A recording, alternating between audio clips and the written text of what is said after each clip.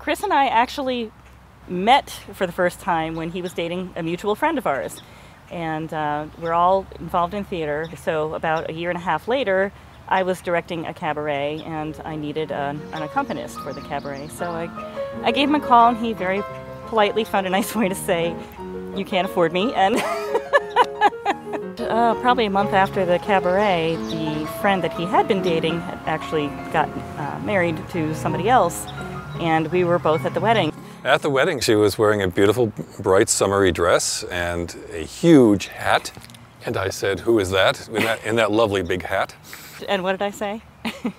I'm the person you blew off. Yeah. And at the end of the wedding, Chris hands me his phone number and email and says, "Let's keep in touch." And being the oblivious person that I am, I completely thought he meant for, theater purposes. And I said, "Great."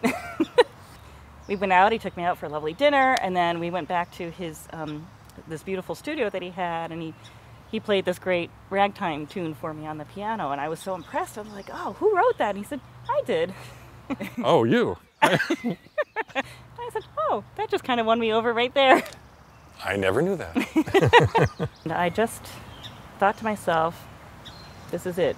Some 3 months after we started dating, I went for a routine colonoscopy and was diagnosed with cancer. I said the first thing to do is to call and tell Tracy. And he called me at work, by the way.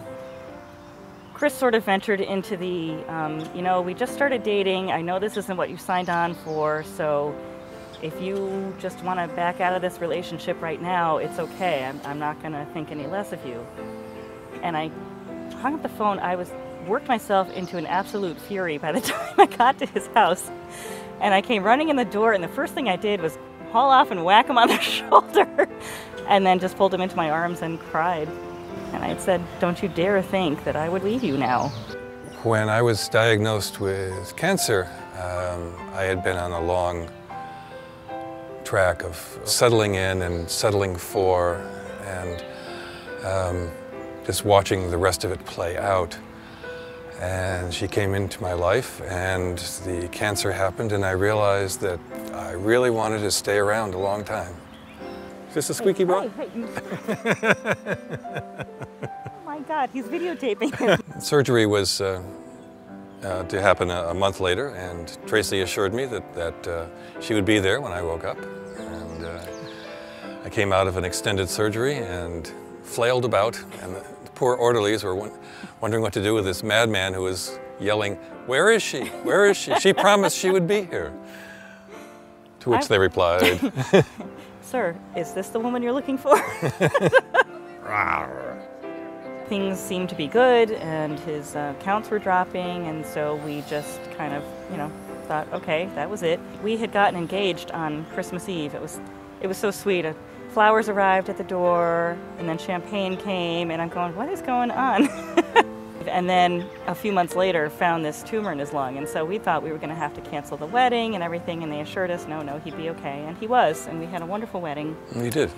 I thought we were on the road to being done with this, and then last April, I guess, they found a couple of more tumors in his lungs.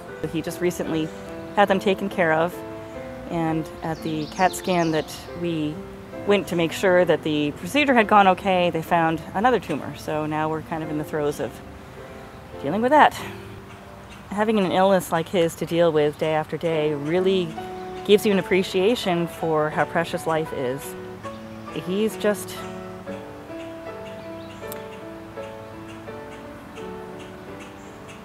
everything. She is a phenomenal support to me.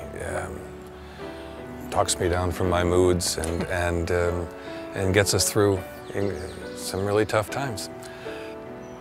I don't think I would have been able to pull the life force and the desire to stay here without her. I write romance novels, and when we met, I had just completed one, and the more we got into our relationship, I started thinking about the heroes in the novels and about how those people don't ever really exist. They're dreamy and they're wonderful and they treat women nicely and all this sort of stuff. And I sort of realized as I was back reading through the book that I had written that my hero was Chris. It was like I had just written him into my life. And Good trick.